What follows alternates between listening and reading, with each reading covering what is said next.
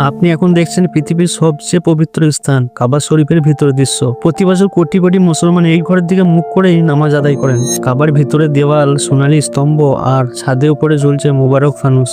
এটা খোলা হয় শুধু বিশেষ গুরুত্বপূর্ণ কাজের জন্য। সেই জন্য এই সব দৃশ্য বা ভিডিও দেখা মেলা খুবই বিরল।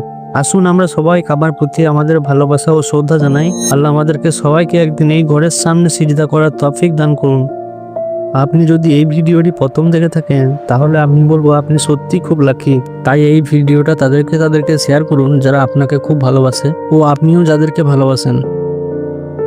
আপনার পাঠানোর মাধ্যমে যদি কেউ প্রথম এই দৃশ্য দেখে, সে আপনাকে অবশ্যই চিরদিন মনে রাখবে আর অবশ্যই শেয়ার করবে।